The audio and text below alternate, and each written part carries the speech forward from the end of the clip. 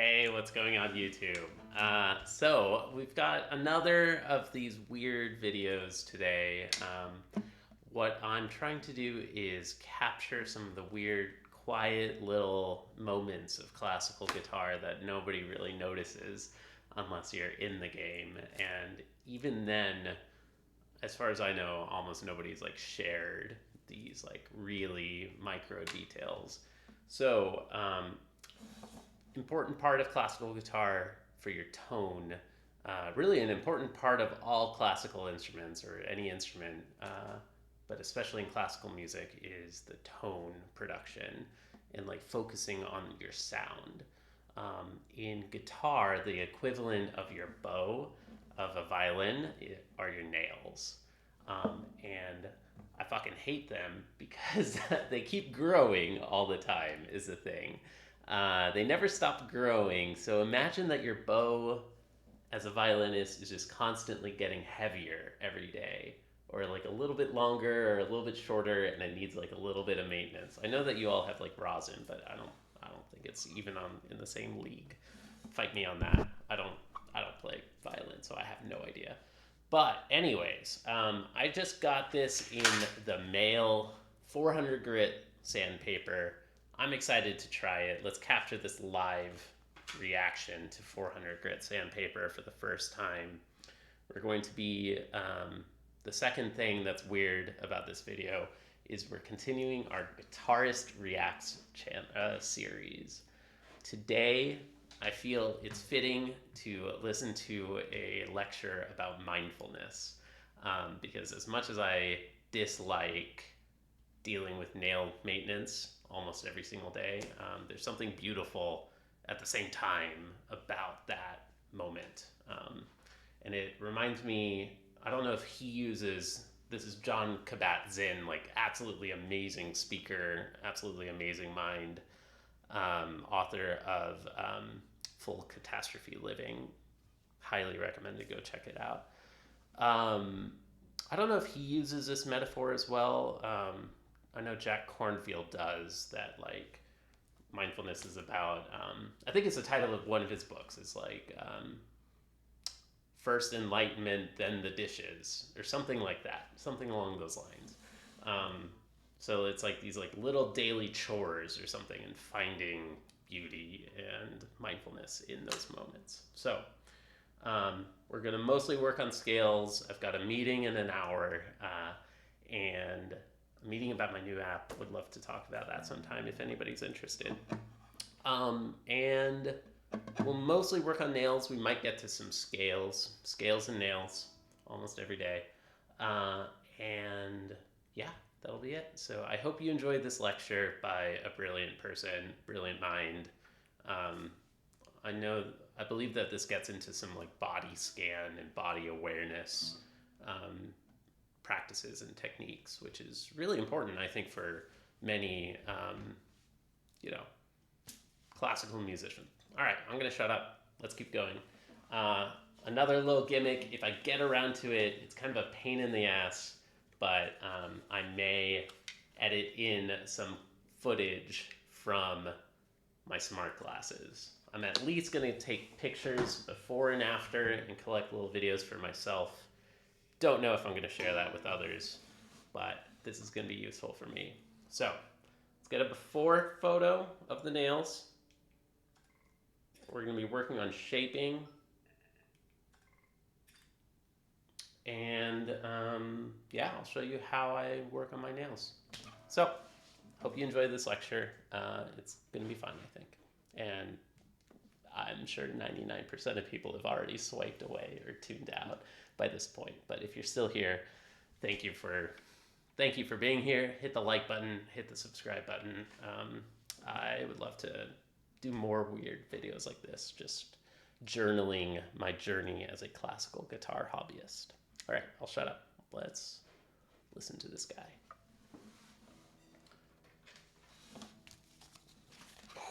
400 grit. I've never used it before. I usually start at 600 grit. So I thought I'd take some time today in this webinar to talk about some perspectives on practice that I find useful or that are Ooh, yeah, going, this feels a lot prettier.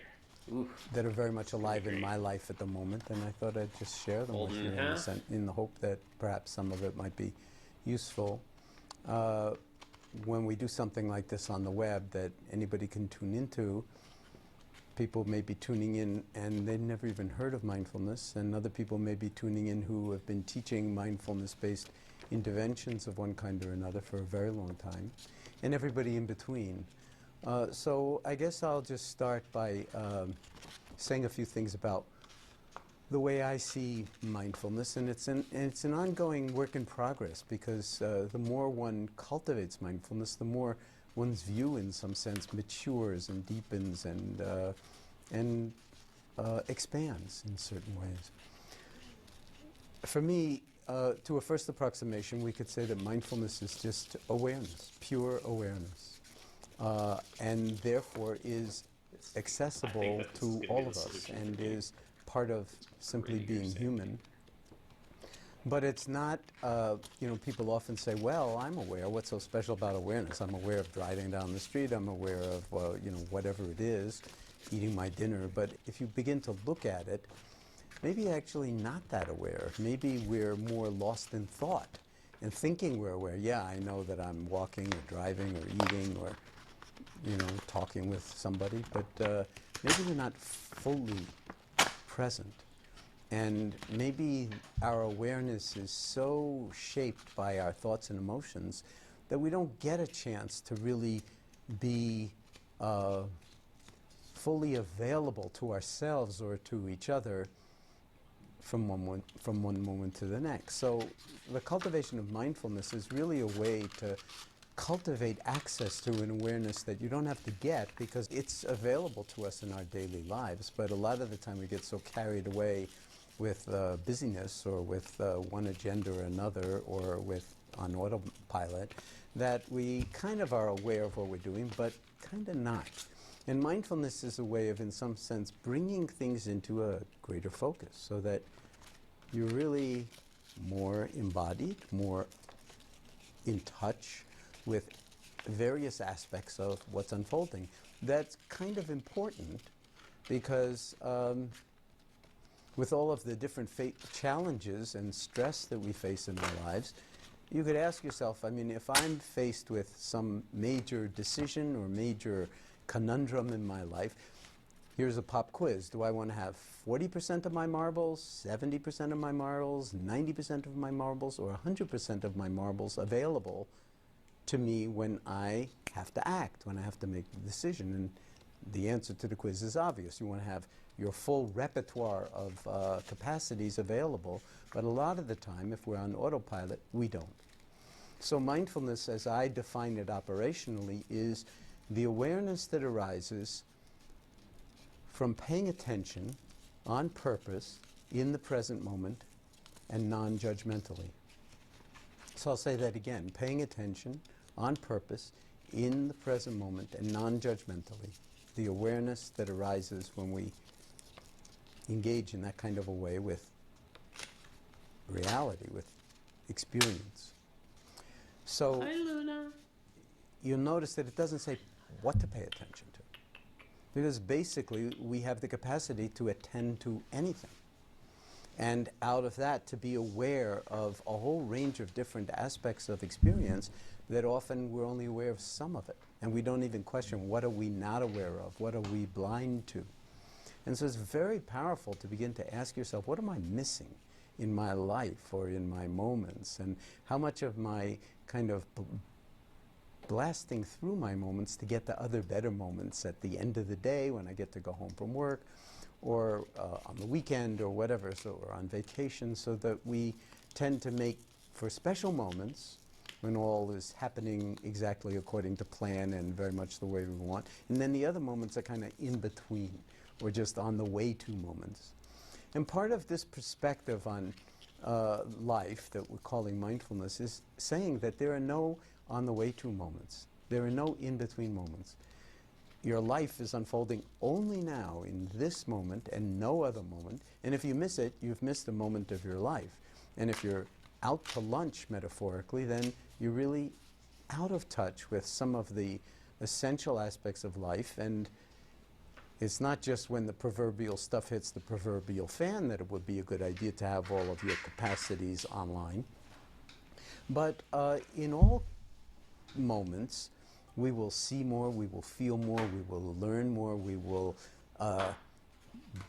be much clearer if we can carry this awareness around with us. And it turns out it's infinitely portable, but it requires cultivation. And that's what meditation practice is it's the intentional cultivation of access to our own capacity for awareness, for relationality, for being in touch. And that's always reciprocal. We're touched by the world. We're touched through the eyes, we're touched through the ears, we're touched through the nose. So it's not like we're just touching the world, but we're also receiving the world in some way through all of our senses and through our thoughts and emotions. So mindfulness, in a way, is the awareness that holds the entire play of life unfolding in the only moments it ever does, moment by moment by moment, this one. And when we orient in this way, then we begin to exercise that muscle, and the more we exercise it, the deeper and more profound the inhabiting of our moments becomes. Now, in order to do that, as pretty much everybody knows now, there are formal meditation practices that help enormously in this cultivation. Oh, we should really get a tone. And a lot of people, I think, take the difference attitude that I don't really need to practice meditation. Oops. Okay, so let's see.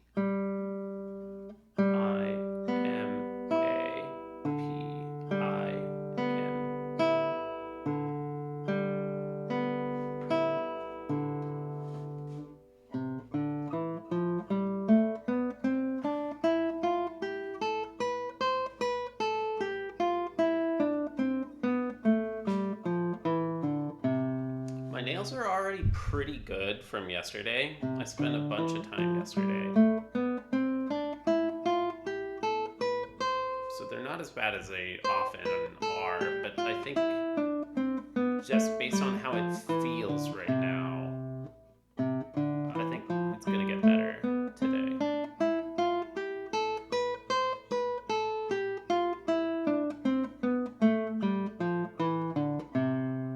I did get one swipe already in the index finger.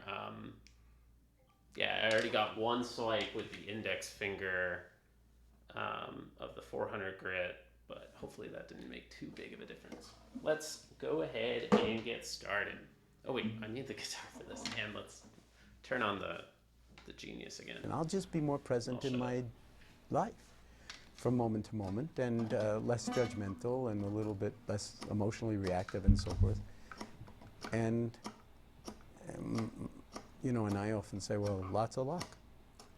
Because while it's easy to say, it's not so easy to do.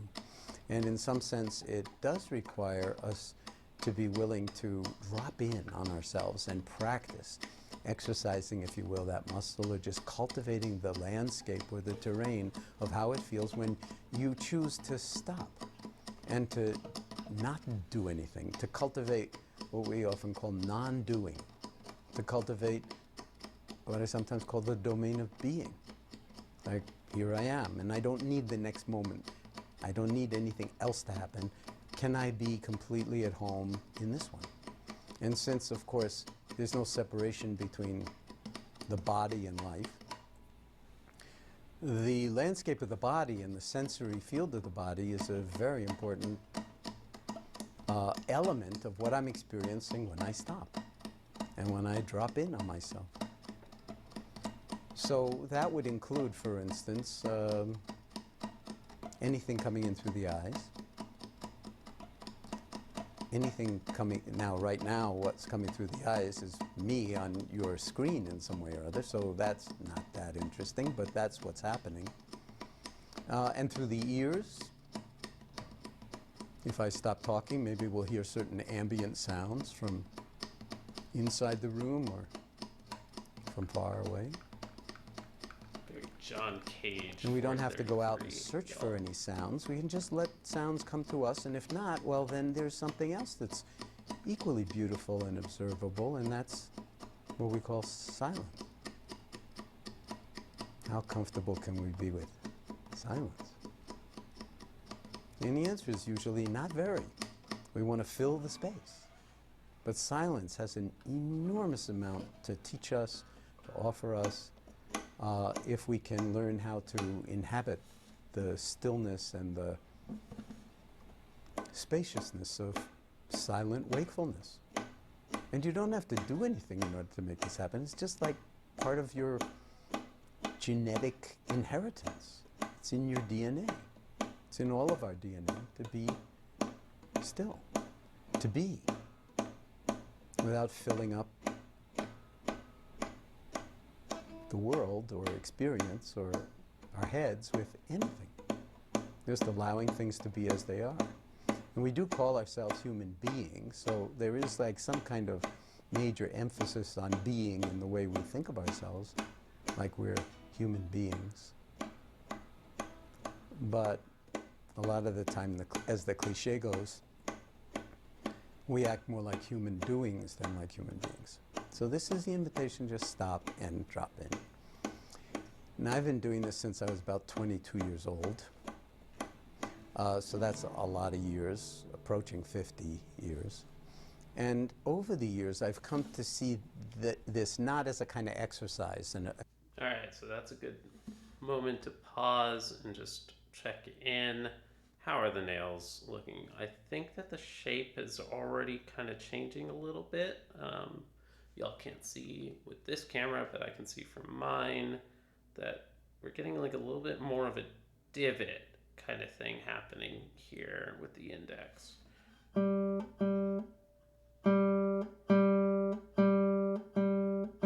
The idea with the sandpaper is that it is going to, by playing in the ideal position, you're going to be kind of encouraging the perfect exact shape of the nail.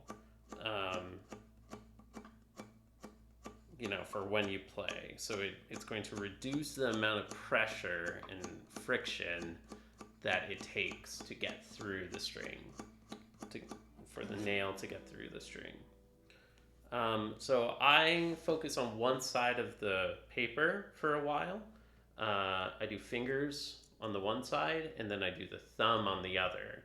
And at least right now, that's probably not going to show up very well on camera a little bit. You can see the wear that's happening, so I can tell what side I've used and what side I haven't. And then I flip it, and then I work on the other side. Nowadays, I don't really stress too much about like using every single little moment like of the paper, like every single little, I don't want to say square inch, because like I used to try to use up the entire paper before moving on, and it's just not worth it. Like, it's pretty cheap overall, like, at least, I don't know, it's not worth stressing about compared to just like I'll do a few folds until it gets to, I mean, this one's like pretty well folded, like multiple times over, and then at some point I just start using it more intuitively instead of like paper on the strings. But yeah, it's just not worth like stressing about. Like, maybe I'm mostly hitting the outer edges is what I'm trying to get at, like these, and then the middle might not be getting utilized as much, but like it's just not worth it. Not worth stressing about. Oh no. Okay, my earbuds got disconnected, I think. One second. What happens if I click? Yeah, they did get disconnected. Oh no. I see that black hole, my loopback audio router thing isn't working right now. I hope that it was capturing the audio earlier. Okay, now it's time for me to meditate and get myself all together and close my eyes and feel my breath and be aware. And then a lot of the time when I am aware, I may be giving myself instructions to be aware, because the mind has a life of its own in it. One more brief detour. Lesson, or a tip from my last lesson, lesson2.jcpractices.com. Go check it out. It was amazing. Chris recommended deliberately hit the next string with the free stroke, and then just adjust the arm without changing the trajectory of the finger, and just adjust the arm forward just a little bit, just enough so that the nail is missing the following string, like that. So that's what we're going to be doing right now. I'm intentionally hitting the next string and then missing it. All right, back to the lecture. Want to be aware, or it doesn't like the silence or the stillness. But what I'm talking about more, and as I've practiced over the years, is more like when we take our seat in this way, it's not an exercise to make something happen. It's a love affair. It's nothing less than a love affair with life itself. And the recognition that we really are only alive in this moment. Can we inhabit just this one and be in the body with kind of open-hearted spaciousness in the mind, not fill it with thought, not try to suppress any thoughts that are here, but just let thoughts do what they do, let our emotions and moods do what they do, but not be caught by any of it. Just let it all unfold, because we've created a bigger pasture or field for all of that to unfold. And the answer is, of course, any human being can do this. And after 35 years of MBSR at the UMass Medical Center, training, upwards of more than 20,000 medical patients referred by their physicians and coming to the clinic by themselves for every conceivable way more buttery smooth ailment already. And discomfort, focus so much on free stroke and stress and chronic pain, that we can say that this is a kind of something that as well as anybody can do if they have the motivation to do it. You have to really have a strong motivation to befriend yourself in some way. And this is a radical act, not only of love, but of befriending. That's one of those things take your seat and step outside of time. Different colors. Into the present moment. So it's no longer, how long am I going to sit, but just, can I be here for, say, one breath coming in and one breath going out? And that is without pushing or pulling the breath. Let's not make it artificial in any way, shape, or form. I'm gonna love but just, this 400 can I grit. ride the waves of one shit, in-breath and one out-breath with full awareness? And I can experiment with my eyes open, with my eyes closed. Doesn't really matter. Dangerous. This is going because a lot the awareness quicker. is the awareness. Can I give myself over in a certain way? I already love this new sandpaper. This is gonna be so much better. And so we can experiment.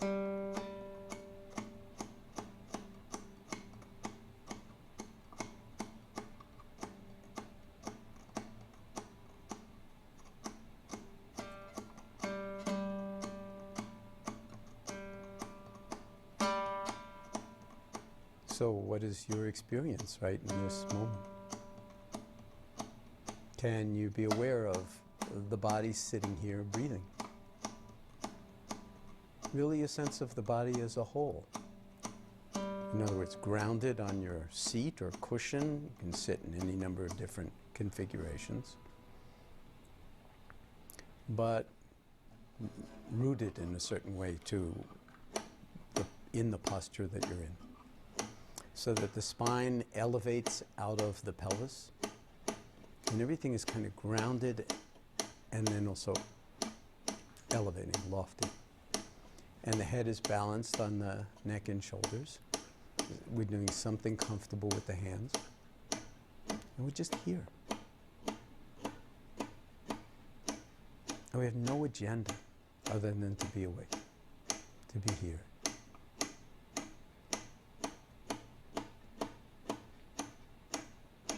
And of course, whether you've been practicing for 50 years or whether you just, this is your first encounter with anything having to do with meditation, it doesn't take long to discover that the mind totally has a life of its own, and it will just go here and there, and it doesn't necessarily even want to be sitting to start the timer and exploring as if this were a laboratory. I know.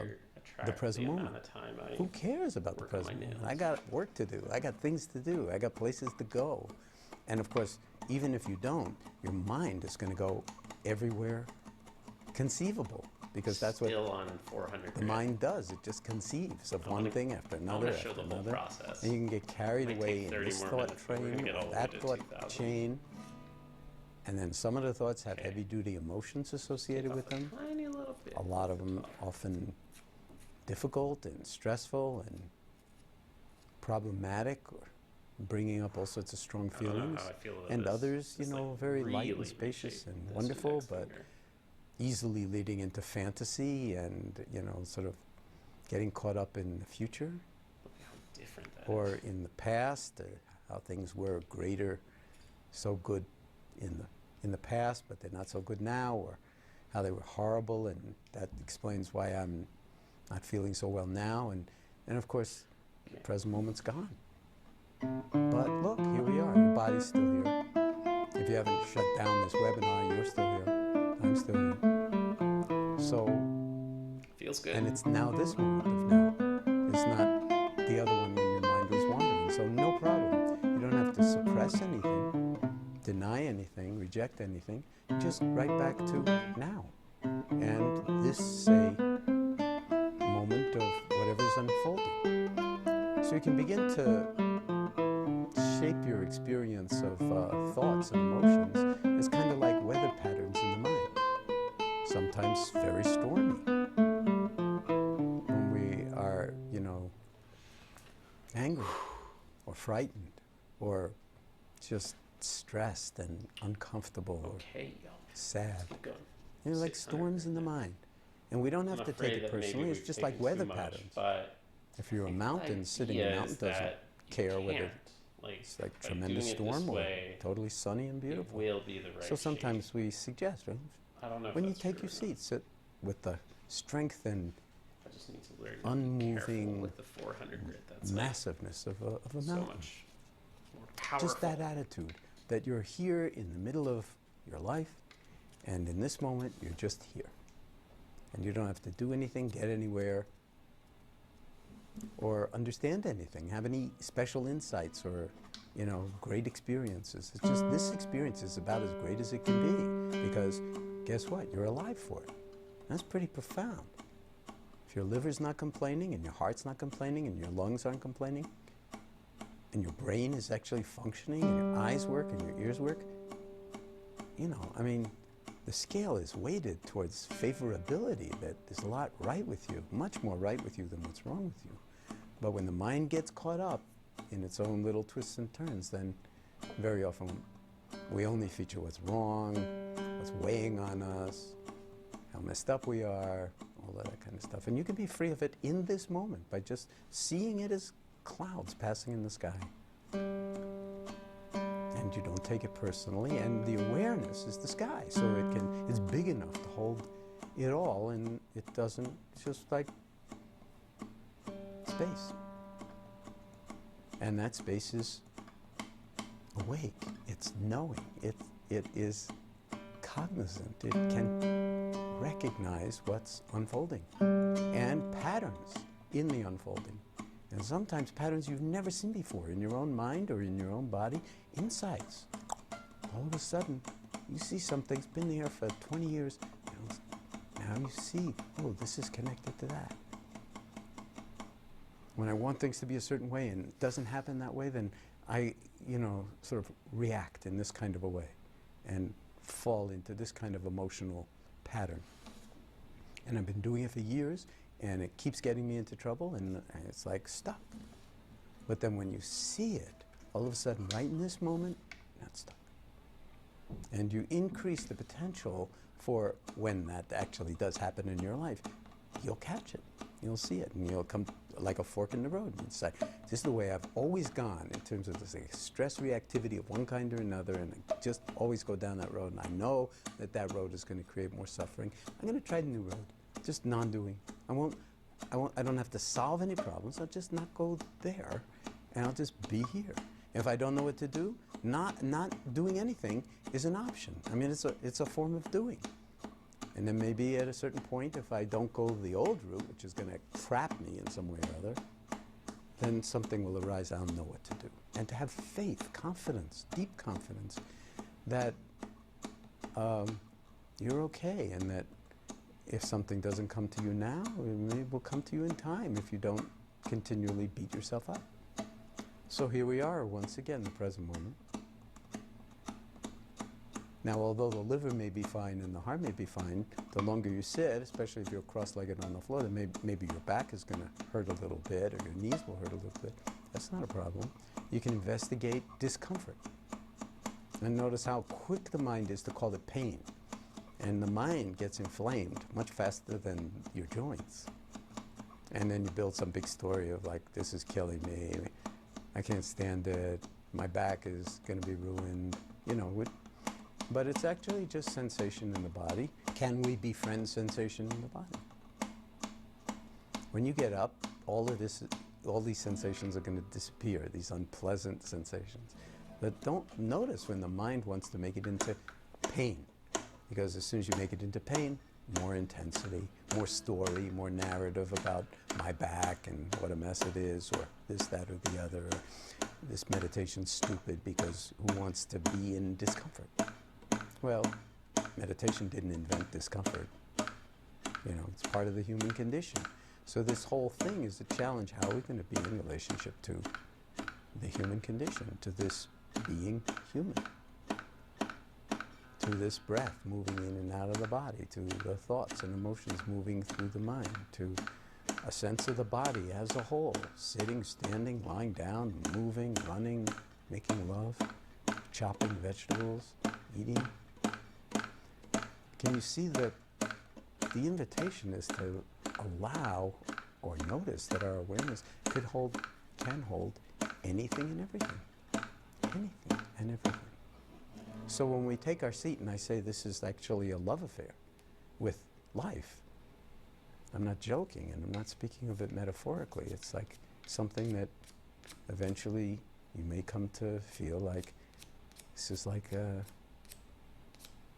pit stop, refueling, recharging your batteries, or remembering, reconnecting with who you really are before you take it back out on the road and run around getting things done.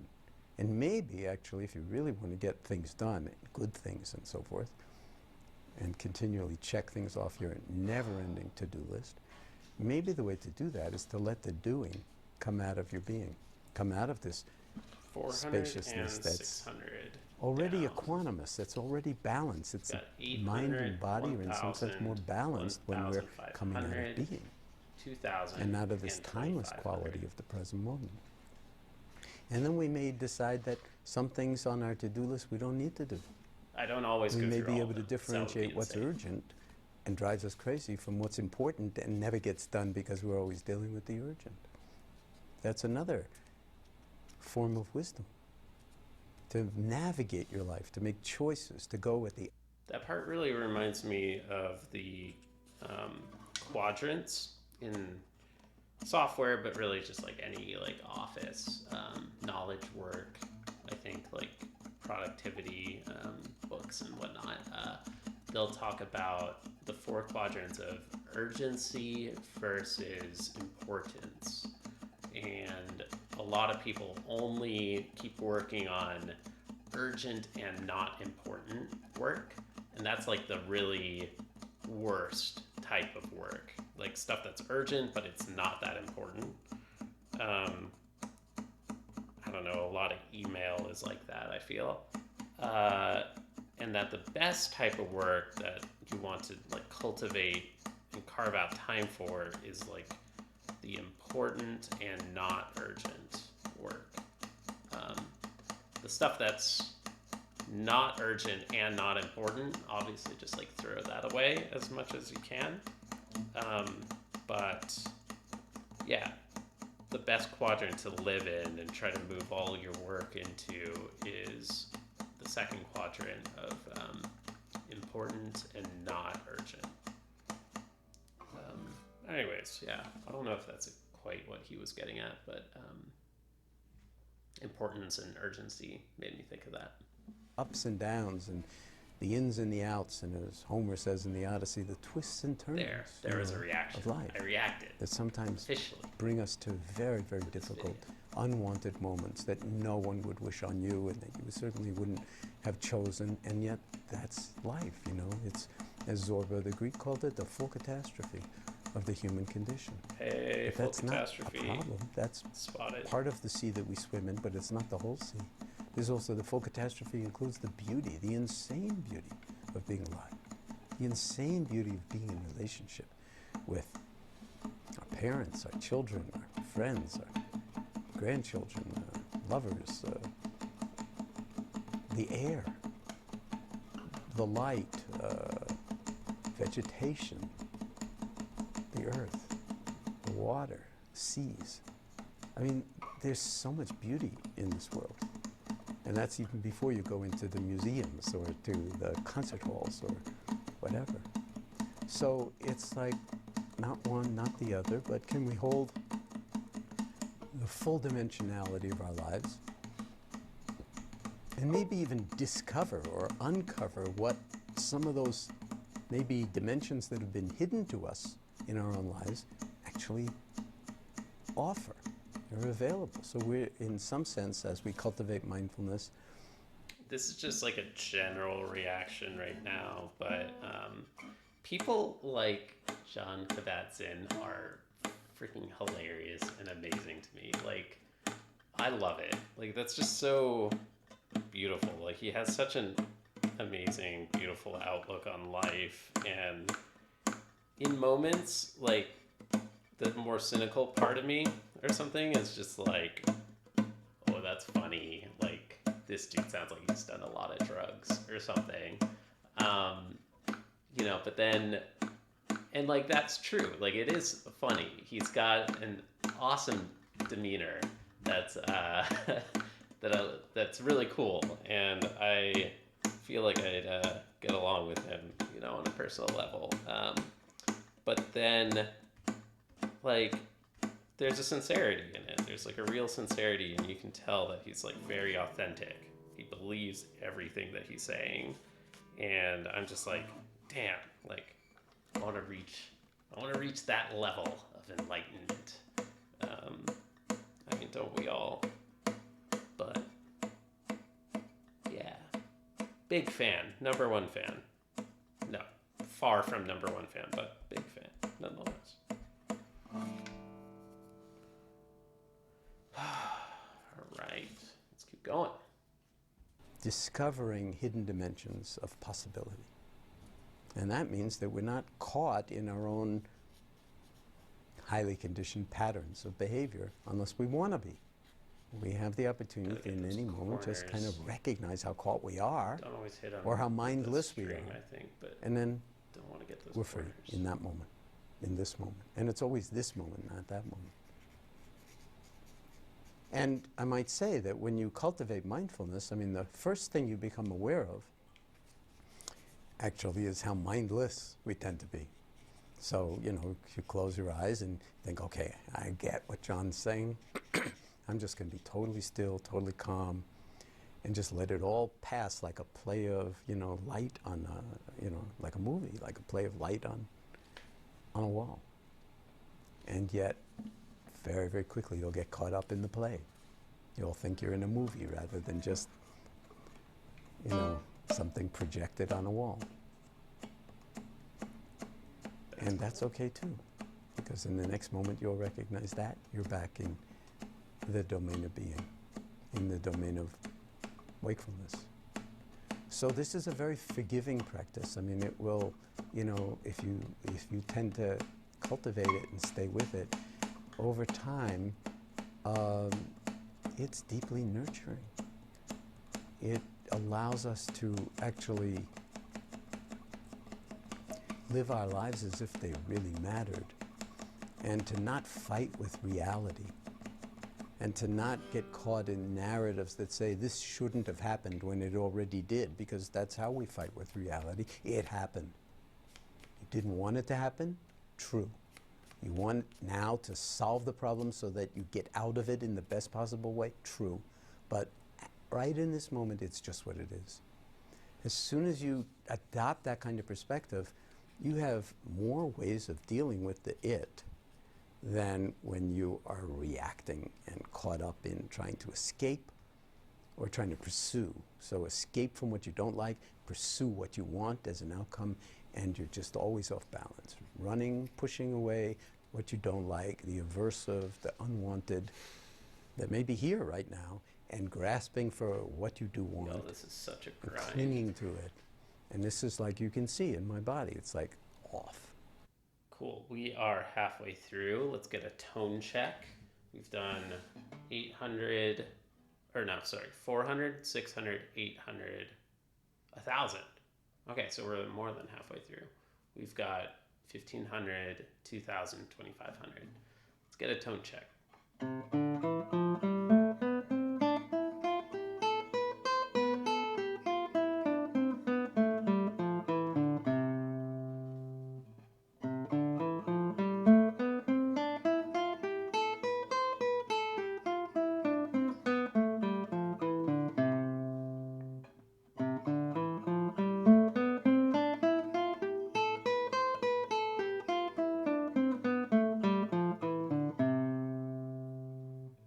Okay, I don't know if the tone's quite as good.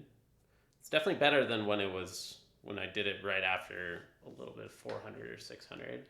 I feel like the nails are getting through the string a little more easily, like a little more butter-like, which is part of the goal. And we're not, at least like yesterday, I think I went up to 2,000. So I think it would make sense that the tone's not 100% there yet. Let's keep going. What a grind. I could use a new piece of paper. Yeah. Okay, so I've done 400. Oh wait, I did 400, 600, 1,000. I skipped 800. I felt like something was off. Okay. Well, we skipped 800, but whatever. That's okay. We gotta keep going.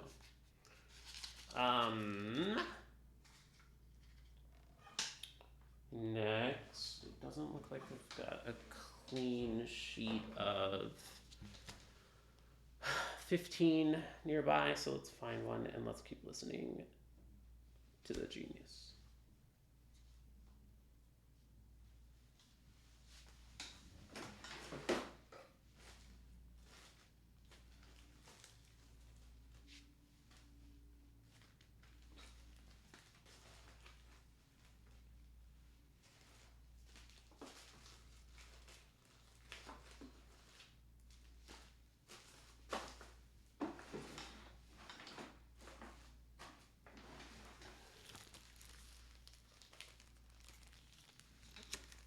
Organized, already pre-cut, clean sheets.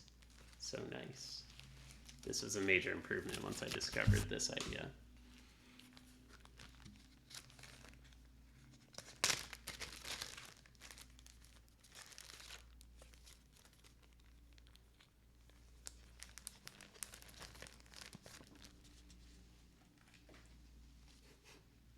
Love it. Love it.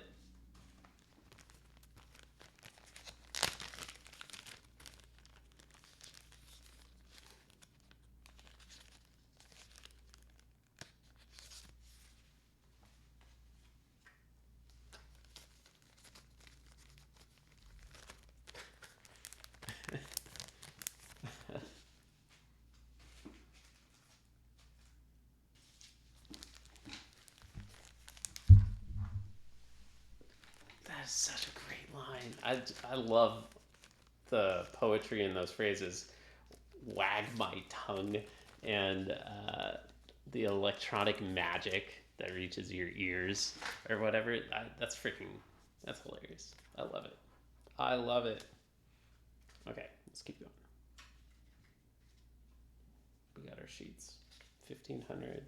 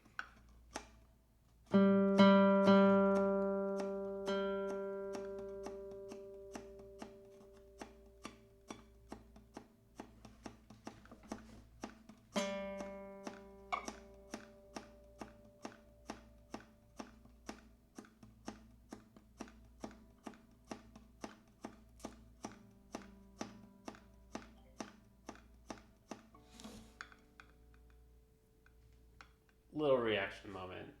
Part of the awareness starting this nail shaping exercise and during this time to open up my practice,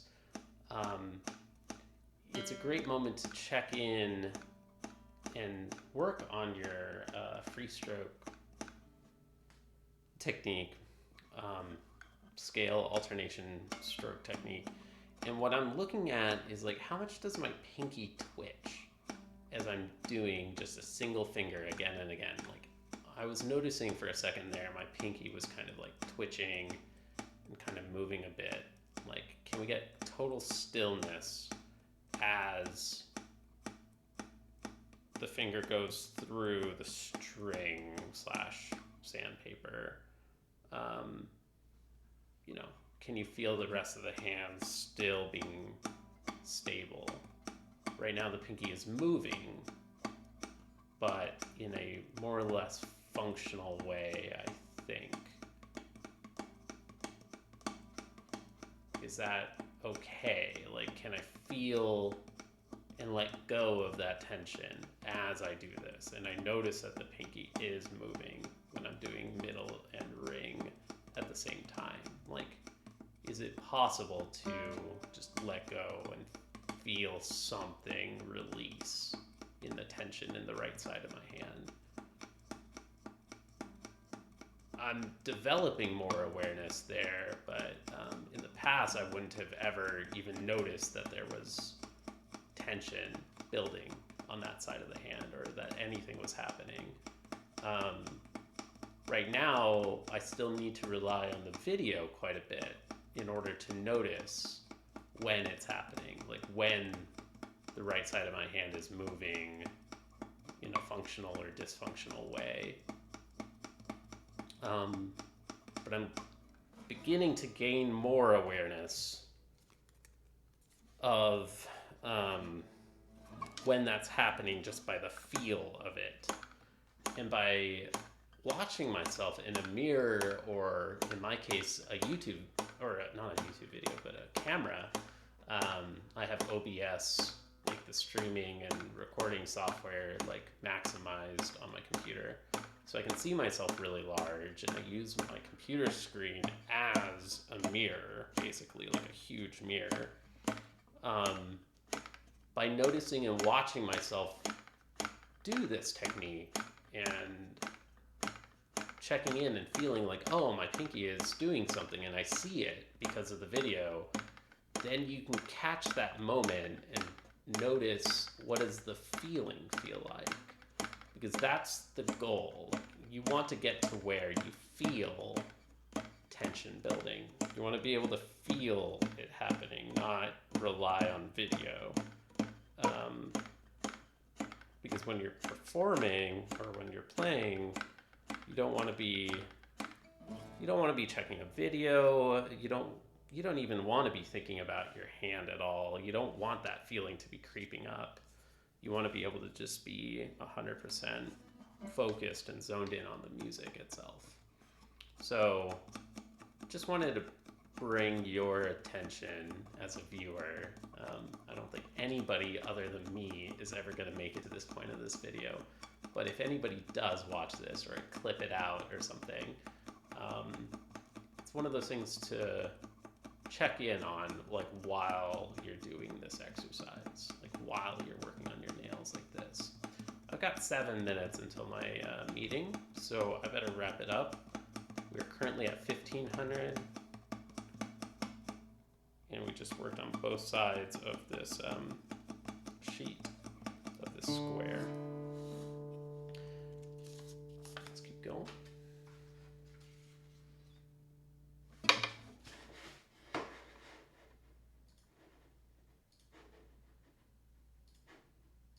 And how things are going to work out or how they're not going to work out, and what I have still on my to-do list before I fall into bed exhausted, then maybe this is a process of completely reclaiming our lives in the only moment. Again, I sound like a broken record, if you know what a record is, but reclaiming our lives in the sense that if you check your watch, you know, my God, it's now again.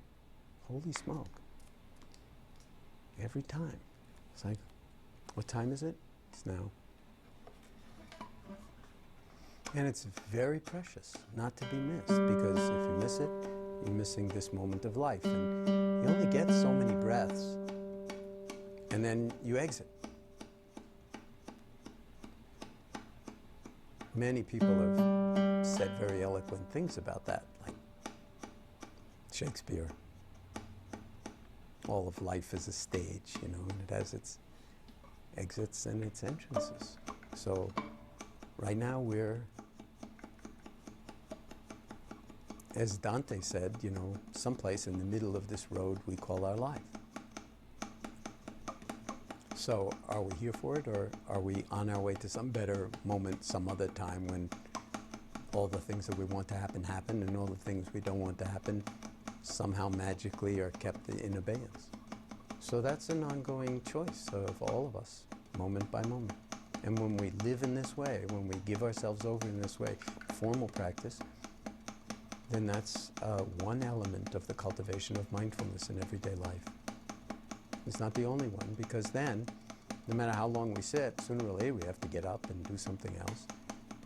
And by the way, it's not just sitting. We have lying down practices, formal meditation practices, lying down, body scans of various lengths and descriptions, and also different kinds of lying down meditations, walking meditations, sitting meditations, standing meditations, running meditations, all sorts of formal meditation practices. But then we have informal meditation practice, which basically is the rest of your life.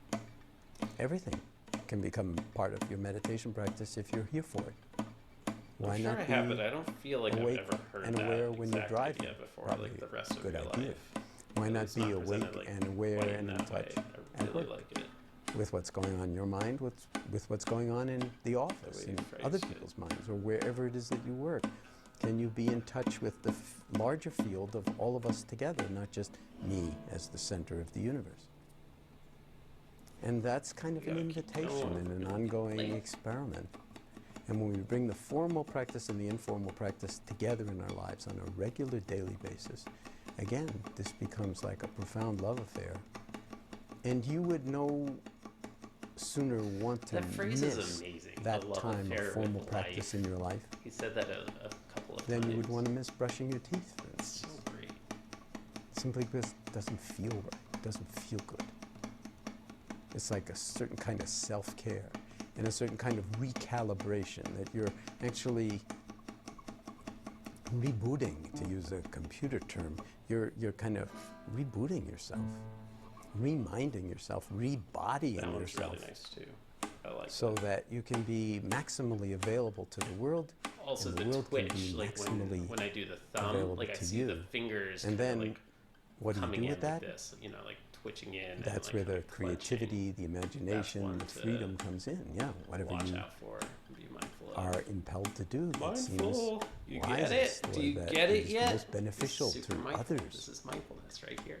When you're not taking yourself so personally, you realize that in an interconnected universe, being completely preoccupied with yourself is a form of violence to others and to yourself. That one's and so we gradually begin to see, form of violence, learn, or that's memorize some like kind of philosophy, but just see that who we think we are and who we actually are very different. Okay, we've got and the 2 narrative minutes. of who we think we are takes over an enormous amount of time and energy in our lives and in our heads. And the irony is that we're much bigger than who we think we are. No matter how big we think we are or how diminished and small we think we are, it's just thinking. Got my Recuerdos it's not video. The actuality. Just uploaded in the Recuerdos. So if you take any of this to heart, then you can embrace yourself in a way that embodies dignity, respect, loving kindness, self-compassion. And then there's really no boundary. The skin is not the boundary of who you are. As a and YouTuber, we are I just in this love to point out this dude is talking relationality with uncut, unedited, life, zero and edits. with the planet, this and dude, with the air and the somebody light, just and hit the play, the or earth somebody and just the hit environment. record, and this dude just started And when we know talking something about and that, just like imparting all inwardly, this not just brilliant merely through wisdom. thinking, but through Like, embodied living, then we'll take better care of the people planet. And we'll act when we need to act turn with out wisdom to, come this way. How you know, do you guide how I things are wanna going, not be on just that for me, path, myself, on and that my journey. optimizing my benefits, Also, I my just wanna be able to salary, speak or more my, clearly health, or numbers. my anything, but Okay. realize that you can't be healthy Tone in check. an unhealthy world. Stop. Tone check. Oh, I should get camera. Nails looking good. Super reshaped. Feeling good. Tone check. I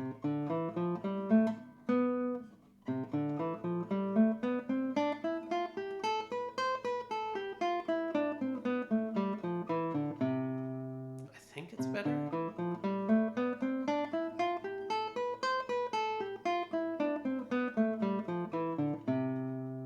It definitely feels better.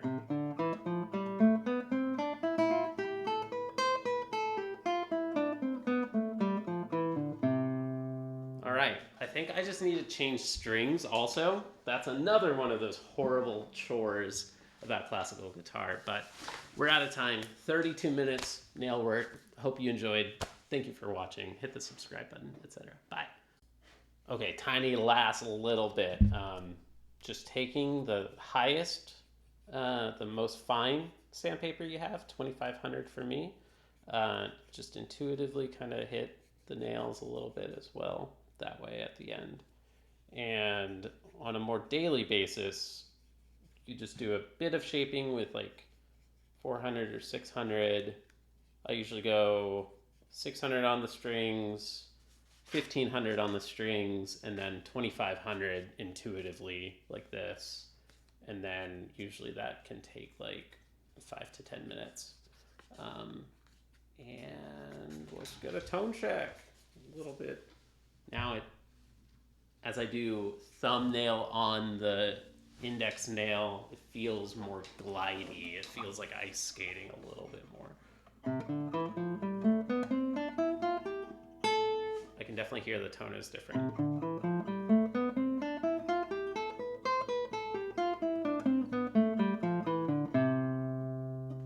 It's really changing.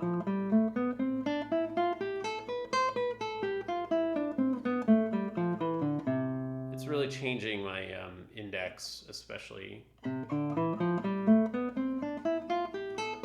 technique, like my form. I think in a good way.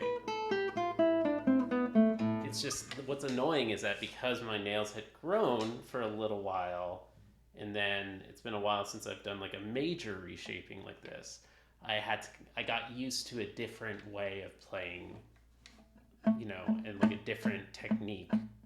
And it's just such a, it's like as if you're changing bows almost all the time, like once a week. If you're not taking care of your bow, then somebody else swaps it out to like a shitty one. And then, but they feel almost identical day to day, and you don't notice that you changed to the shitty bow. And then you're like, wait a minute, microscope, this is the shitty bow. I gotta use my good bow. Like, to me, this is one of the hardest things about classical guitar, and fight me on it. This is one of the things that makes classical guitar the hardest instrument. All right, thanks for watching. Hit the subscribe button. Bye. Okay, fourth time's a charm. So I'm out of my meeting, and I was about to practice my etude, and I noticed, oh, the thumb is really taking more pressure to get through the strings than the other fingers, and it, like a light bulb clicked, and it was like, oh, wait a minute, that's why my hand needs to kind of clench so much. And I was like, damn it, I need to keep working on the thumb. So it takes time. I was supposed to be doing Villalobos Etude 2. I'm still logging that time to Villalobos Etude 2 because fuck it, whatever. We're kind of practicing that etude in a way. And this 400 grit, I'm just hitting the thumb, and the thumb is completely reshaped. This new sandpaper is key. Like, I think that this is now going to unlock happiness, everlasting happiness for me with regards to guitar and shaping my nails. So, yeah, highly recommend. And I will try to get a before and after image using the Ray-Ban glasses and whatnot. But that takes time, that takes effort, video editing, figuring out how to transfer media off of those things. So if you enjoy all this, please hit the like and subscribe. Hit me up, shoot me an email if you want private lessons in anything. Life coach, mathematics. I studied math in my undergrad. Programming. I worked for 10 years in Silicon Valley at Apple, Lyft, and Google, or in guitar. It's my deep hobby, my deep lifelong hobby that I want to go as far as I possibly can as a hobbyist. And obviously you know roughly what level I'm at. I think, so I'm studying toward my RCM 9 exam. I feel like I should be able to teach anybody at N-4. So if you're working toward your RCM 5, or you take a look at that repertoire list, Royal Conservatory of Music, grade 5, that's probably like La Grima, I think. Hit me up. La Grima or easier, I could probably teach you. And you'd be my first student. The ideal, perfect student would be somebody who is looking for a coach in 2 out of the 3 things. 2 or 3, math, programming, or guitar. All right, cheers. Have an awesome day. This feels so good. Thumb is like completely reshaped and it's not taking nearly as much time.